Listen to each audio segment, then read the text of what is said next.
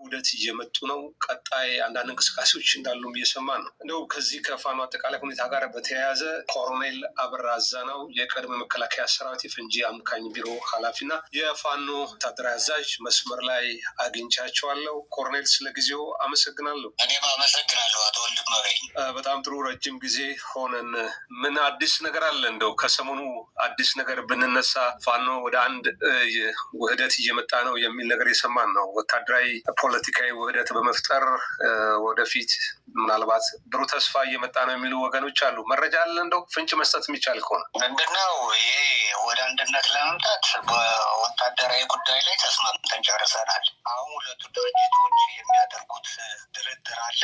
ያ ድርድርም ጥሩ ደረጃ ላይ ደርሷል። በቅርብ ጊዜ የሆነ ብስራት ያሰሙናል የሚል ያለኝ። እስከዛው ወታደራዊ እንቅስቃሴዎችን ያው በጋራ ነው የምታደርጉት፣ ምናልባት በይፋዊ ውህደት ባይፈጸምም አይደለ? አሁን ወታደራዊ ሂደቶችን የምናከናውነው እንግዲህ ሁለት ህዝብ ቢሆንም ወንድማማች ነው። ለአንድ ዓላማ ነው የወጣን። ስለዚህ የምናደርጋቸው ሚሽኖች ተነጋግረን ነው ሁሉን ነገር እያደረግን ያለን እና አንድ ነን።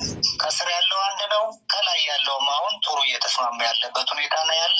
ባለፈው ወታደራዊ ስምምነት አደረገ ሲባል በግመንክር የሚባል ቦታ ላይ ሰራዊቱ ሲጨፍር ነው ያደረ። ወሎ፣ ጎጃም፣ ጎንደር፣ ሸዋ አጠቃላይ ጭፈራ በጭፈራ በደስታ ላይ ነው ያደረው። ስለዚህ ሁሉም ነገር የምናደርግ በመተባበር በመተጋገዝ ነው እያደረግን ያለን። መልካም። እንግዲህ በሌላ መልኩ ደግሞ በተለይ አማራ ክልል ያው አስተዳደሩ ገዢው ኃይል የሚመራው ወታደራዊ አዛዦች ነው። ጀነራል መሐመድም ሌሎች ጀነራሎች በወሎ ባደረጉት ስብሰባ ላይ በአንድ በኩል ያስፈራራሉ፣ በአንድ በኩል ህዝቡን ሰብስበው ልጆቻችሁን መክራችሁ በሰላም እጅ እንዲሰጡ እንዲገቡ አድርጉ እያሉ ነው። የመንግስት ፕሮፓጋንዳ ደግሞ ከማስረሻ መግባት ጋር ተያይዘው ፋኖ አጠቃላይ ወታደራዊ አመራሩም ተደምስሷል፣ እንቅስቃሴውም አክትሞለታል እያሉ ነው። እንደው መሬት ላይ ካለው ከእናንተ አዲሱ የውህደት እንቅስቃሴ አንጻር የወታደራዊ ቁመናው መግለጽ የሚቻል ከሆነ በንጽጽር። እሺ፣ አሁን ምን አለ መሰለህ፣ ህዝብ እየሰበሰቡ አሁን ስብሰባ ላይ ናቸው።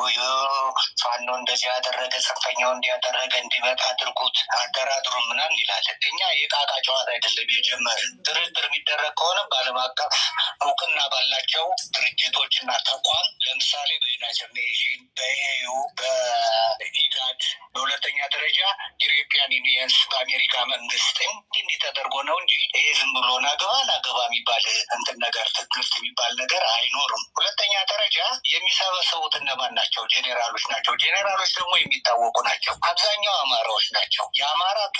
የአማራ እናቶችን ጡት ነካሾች ናቸው። ስለዚህ አሁን ማምር ተሰማ የዞረ የሚለውን እንሰማለን። መሐመድ ተሰማ እኮ ምርኮኛ ነው። አሁንም እንዳይማረክ ስጋት ላይ ስለሆነ ነው እየሰበሰበ ይሄ ነው የሚለው። በሁለተኛ ደረጃ አረጋ ከበደ የተናገረውን ሰምቻለሁ። አንድ ነገር ኩበት ነው ያለ። አንደኛ ኩበት እሱ ተወልዶ ባደገበት ወይንም ኩበት ያሳደገው ነው። ኩበት ሁለት ጥቅም አለው። አንደኛ ለማገዶ ነው፣ ሁለተኛ ደግሞ ጎኖ ማዳበሪያ ይሆናል። ይህን አለማወቅ ነው። የሰው ልጅ ፋኖን ያክል ትልቅ ጀግና የሚያንቀጠቀጥ የሚማርክ አውሮፕላንና ድሮን ታንክና መድፍ የያዘ የሚገጥም ጀግና እንዲህ ብሎ ሲናገር ትንሽ እኔ በጣም ነው የሚገርመኝ። ምን አለ መሪ ስትሆን ዲፕሎማት አማርኛዎች ወይም ቋንቋዎችን መርጠህ ነው የምትናገር። ነገር ግን እንደ መሪ ስላልሆኑ ዝም ብሎ ከመንገድ ላይ አምጥቶ መሪ ስለሚያደርጋቸው ላይ ያለው የብልጽግና ፓርቲ እንደፈለገ የሚያጦዘው ስለሆን በራሱን ኮንፊደንስ ስለሌለው በሰው እየተመራ እንደሚናገር በዚህ ግልጽ ነው። ማስረሻ ሰጤ የምነግርህ አሁን ብዙ ፕሮፓጋንዳ እየተነዛ ነው። በብልጽግና ፓርቲ ተልኮ ነው የመጣው። ተልኮ ይዞ ነው የመጣ ፋኖን ለማፍረስ፣ የፋኖን መረጃ ለመስጠት፣ ከፋኖ ከሆነ እንደ ፋኖ ለመሆን የወር ደመወዝተኛ ነው የነበረ በብልጽግና። አሁንም ተመልሶ ሄደ ወደ ነበረበት ቦታ ነው፣ ወደ ቤቱ ነው ሄደ የገባ። የአማራ ፋኖ እጅ አይሰጥም። የአማራ ፋኖ ትክክለኛው ለማንም እጅ እንደማይሰጥ 100% ነው የምነግርህ። የሄዱት ተልኮ ይዘው የመጣ ነው እንደ ማስረሻ ሰጤ አይነት። ሁለተኛ እነሱ መሄዳችን ለእኛ ጥሩ ነው። ምክንያቱም በቃ አንደኛ እሱን አትጠብቅም፣ ሁለተኛ ስለ እሱን ትራትልም። አሁን ስለ ትግልና ስለ ትግል ብቻ እያደረግን ያለንበት ሁኔታ ነው ያለ። በሶስተኛ ደረጃ የምነግርህ አሁን ምን እየሰራችሁ ነው? ያላችሁ አቋምስ ምንድን ነው? አንደኛ ማጥራት እያደረግን ነው። ሁለተኛ መልሶ ማደራጀት ስራ እየሰራ ነው። በሶስተኛ ደረጃ ስልጠናዎችን ከታች እስከ ላይ ያለውን የማስተማር የማሰልጠን ሁኔታዎችን እያደረግን ያለን። ጠላት የተለያየ እንቅስቃሴ እያደረገ ነው። የጨረቃ አይነት 3 አለ።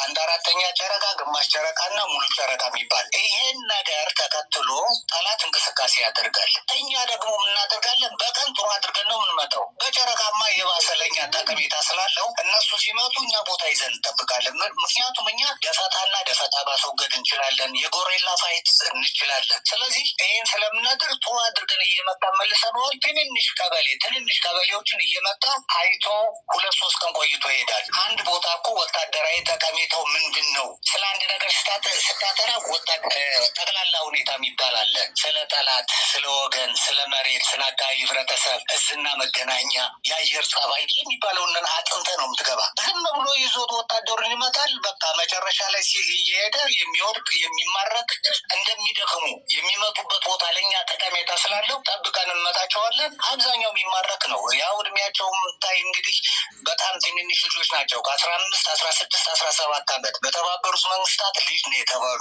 የአፍሪካ ህብረት ልጆች የሚለውን ይህን ነገር አጽድቀዋል።